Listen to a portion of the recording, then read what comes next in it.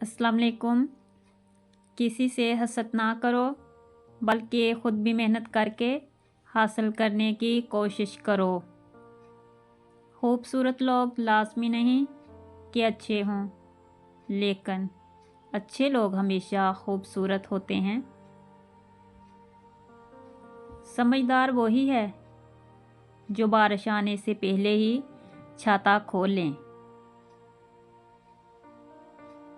मंजिलें किसी के घर जाकर दस्तक नहीं देती साहिब, रास्तों पे चलने से रास्ते निकलते हैं। ज़िंदगी वो सबक है जिसे जितना जल्दी सीख लिया जाए उतना ही बेहतर है, वरना ज़िंदगी खुद बहुत कुछ सिखा देती है। आप अपनी ज़िंदगी से भले खुश ना हो, पर कुछ लोग ऐसे भी हैं जो आप जैसी ज़िंदगी जीने के लिए तरसते हैं। लोग कहते हैं कि हमें उसने धोखा दिया, हमें किसी ने धोखा दिया, पर मुझे लगता है कि लोग हमें धोखा नहीं देते, बल्कि हम खुद उनसे धोखा खाते हैं, उन पर हद से ज़्यादा यकीन करके।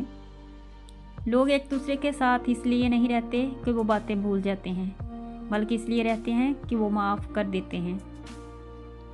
खुद एतमादी से चलते रहना हैरान परेशान होकर भागने से कहीं ज़्यादा बेहतर है।